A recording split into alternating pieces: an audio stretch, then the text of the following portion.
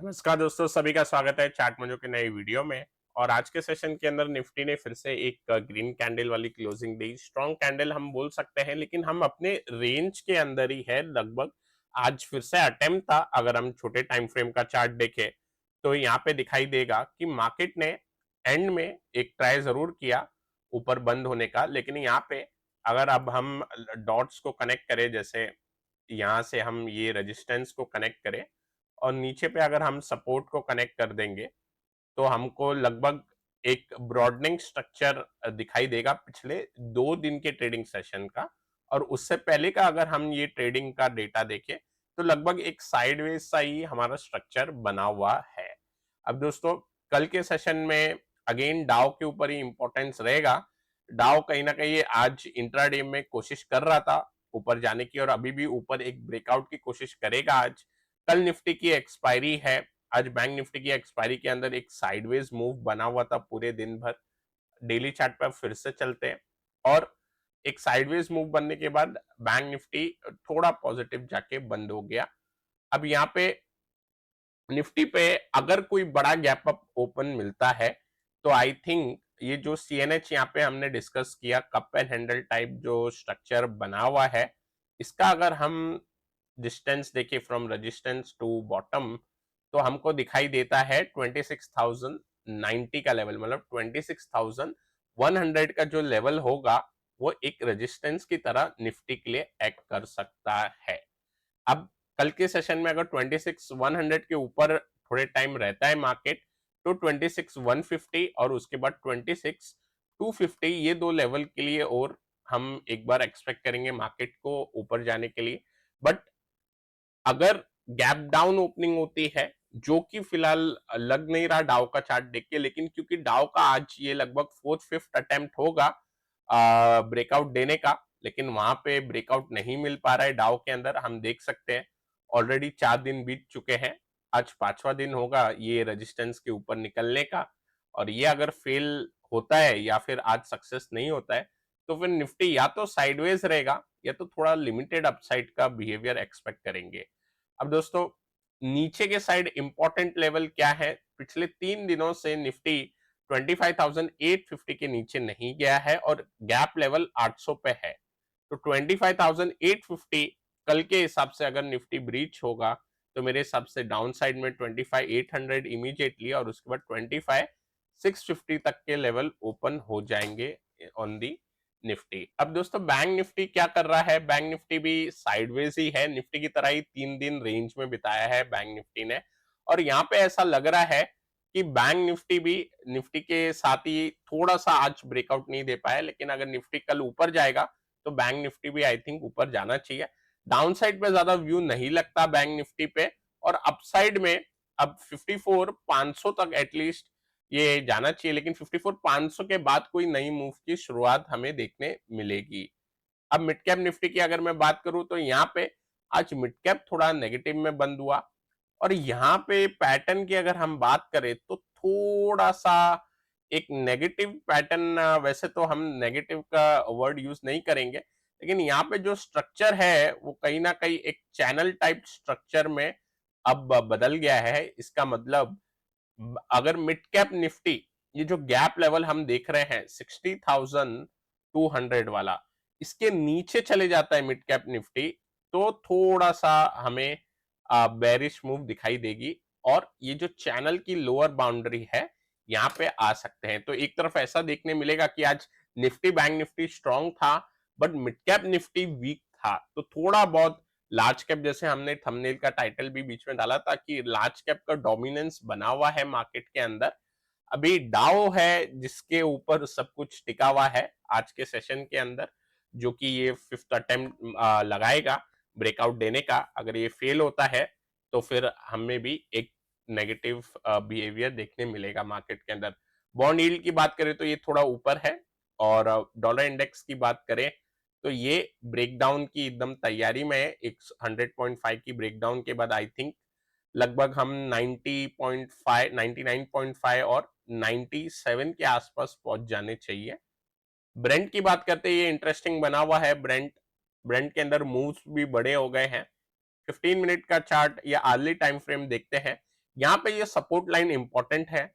Brand पिछले कई दिनों से ये सपोर्ट लाइन पे होल्ड होके एक रिवर्सल दे रहा था, आज इसका ब्रेकडाउन होते हुए दिखाई दे रहा है। कल के सेशन में ऐसा लग रहा था कि 75 को चैलेंज कर देगा, 75.2 75.3 का जो लेवल था, और उसके ऊपर शॉर्ट कवरिंग हो सकती है, लेकिन कल के दिन कोशिश हुई, उसके ऊपर जा नहीं पाया। तो डेली चार्ट पे देखेंगे तो रिटेस्ट हुआ सिमेट्रिकल ट्रायंगल, और आज थोड़ी सी नीचे की मूव चालू है। मेरे हिसाब से यहाँ पे वेट करना चाहिए, और वेट इसलिए करना चाहिए क्योंकि यहाँ पे कंफ्यूजन बना हुआ है। अगर एक तरफ डाउ ब्रेकआउट देता है और ब्रेंट नीचे जाता है तो थोड़ा वियर्ड ये बिहेवियर हो जाएगा, क्योंकि आई थिंक डाउ अगर ब्रेकआउट देगा इस बार तो ब्रेंट को भी थोड़ा सा अपसाइड मूव मिलना चाहिए, और ब्रेंट पहले ही नीचे जा रहा है तो शायद डाउ का अटेम्प्ट क्वेश्चन मार्क में आ जाएगा। मतलब आज क्या ये डाउ चैनल को ब्रेकआउट दे पाएगा? तो अगर ब्रेंट ज्यादा गिर जाता है, ब्रेंट बढ़ा ही इसलिए था क्योंकि रेट कट अनाउंस हुए थे, रेट कट के बाद जो उम्मीद है कि अब इकोनॉमी वापस से रिवाइव करेगी, और स्पेशली चाइना का भी अनाउंसमेंट आया है।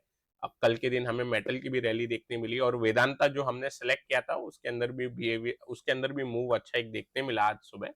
तो चार्ट स्टडी पे जैसा लग रहा था वैसा हुआ, लेकिन ब्रेंट कुछ साइडवेज स्ट्रक्चर में भी फंसा हुआ है, और शॉर्ट कवरिंग के चांसेस भी है इमीडिएटली ऊपर। तो अभी वेट एंड वॉच करना चाहिए ब्रांड को मेरे हिसाब से।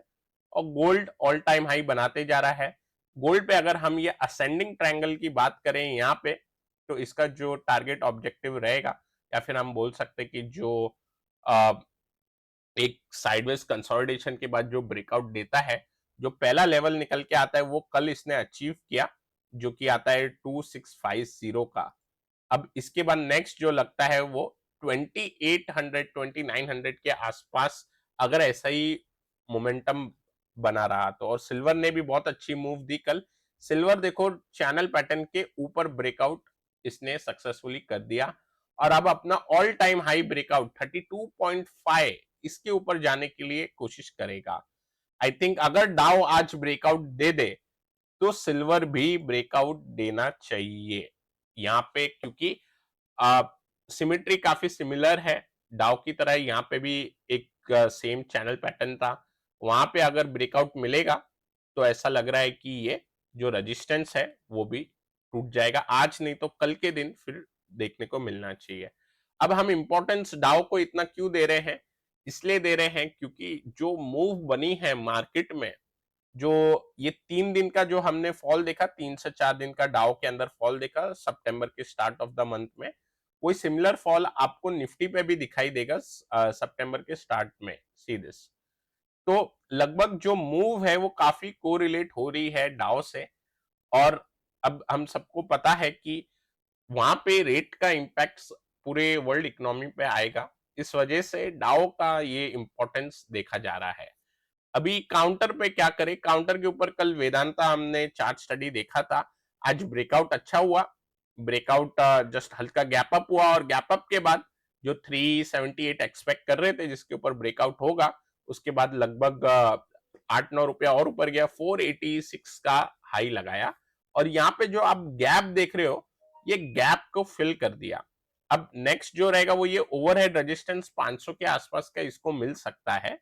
ओवरऑल एक डोजी एक स्पिनिंग टॉप कैंडल बनाई है, स्पिनिंग टॉप इसलिए क्योंकि बॉडी थोड़ी वाइड है। अब यहाँ पे नीचे भी गैप हो गया, ऊपर का गैप फिल हो गया, और मार्केट अगर कल अप मूव देगा तो आई थिंक यहाँ पे भी बननी चाहिए मूव। लेकिन अगर मार्केट नेगेटिव हो जाता है तो ये भी थोड़ा साइडवेज चॉपी हो सकता है। बट ओवरऑल देखा जाए तो ब्रेकआउट काफी हमें अच्छा दिख रहा है, आज वॉल्यूम भी हमको देखने मिली।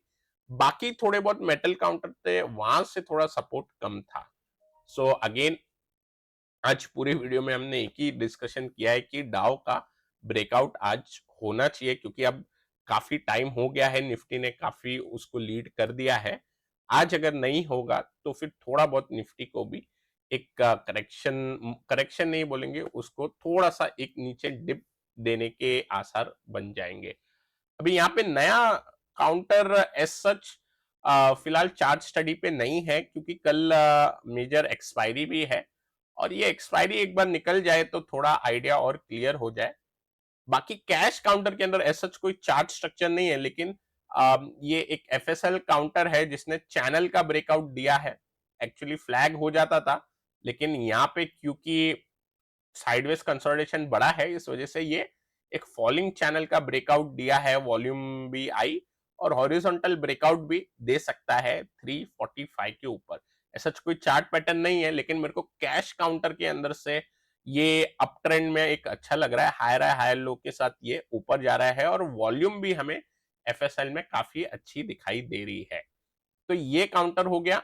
और दूसरा एक केमिकल साइड से एचएससीएल वाला काउंटर है जिसने अच्छी खासी एक अपमूव बनाई है और अभी रेस्ट कर रहा है। तो इसका जो हाई हो जाएगा 688, इसको हम देखेंगे आगे कि कैसा रिएक्ट करेगा इसके ऊपर। बट ओवरऑल ये भी हायर लो फॉर्मेशन में ही है।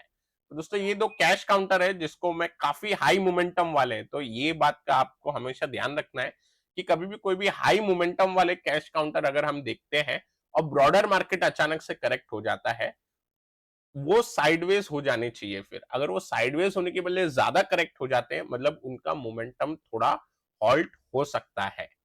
फिलहाल जो एफएसएल और एचएससीएल है, दोनों के अंदर मोमेंटम काफी स्ट्रांग है। अगर मोमेंटम का बिहेवियर देखें तो लगभग 60-70 डिग्री साइड की अपसाइड की मूव बनाते हुए जा रहे हैं। अब इनमें इंपॉर्टेंट ये रहता है कि जो भी कंसोलिडेशन का लो होता है वो इंपॉर्टेंट होता है क्लोजिंग बेसिस पे।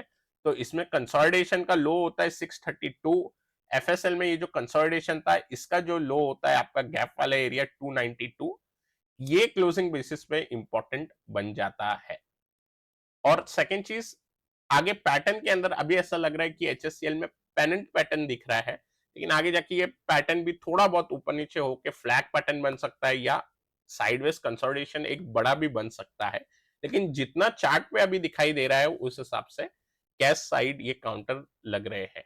बाकी मैंने ऐसा कोई चार्ट स्टडी के लिए नहीं रखा इन कैश काउंटर को, purely from the momentum perspective हम इन काउंटर को देख रहे हैं। इस वजह से कल का जो ट्रेडिंग सेशन होगा वो थोड़ा चॉपी हो सकता है, इसलिए थोड़ा चार्ट स्टडी हम अवॉइड करेंगे। दोस्तों, मैं आशा करता हूं आपको ये वीडियो पसंद आया होगा। पसंद आया तो लाइक करें, नए हमारे चैनल पे तो सब्सक्राइब करना ना भूलें। Till then take care, I will meet you in a next video.